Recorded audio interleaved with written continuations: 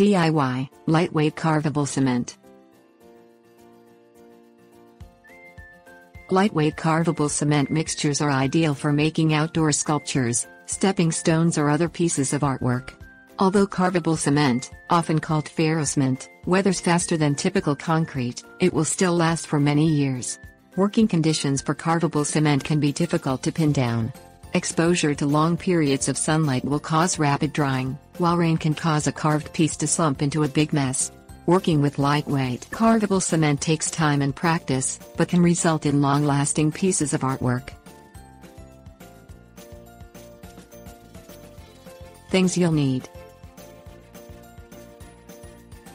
Portland cement, builder's sand, wheelbarrow, powdered concrete tint, hoe, water, concrete form, spray mold release.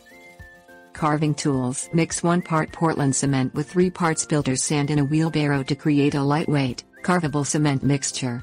Add powdered concrete tint at this time, if your design calls for it, and combine the dry ingredients with the hoe. Add water to the mixture, stirring regularly with the hoe to make a slurry mixture the consistency of pudding. Add the water slowly, as large amounts of water can overpower the dry ingredients, causing the mixture to become too fluid. Should you add too much water, add a small amount of Portland cement to rethicken the mixture. Spray a prepared concrete mold with spray mold release and pour the cement mixture into it. Tap the sides of the mold regularly to disperse small air bubbles from the cement mixture. Keep the cement-filled concrete form at a temperature between 72 and 82 degrees and allow it to rest for 3 hours. Colder temperatures will require longer drying times, while warmer temperatures will take less time. Remove the mold from the cement when the mix will firmly hold its shape.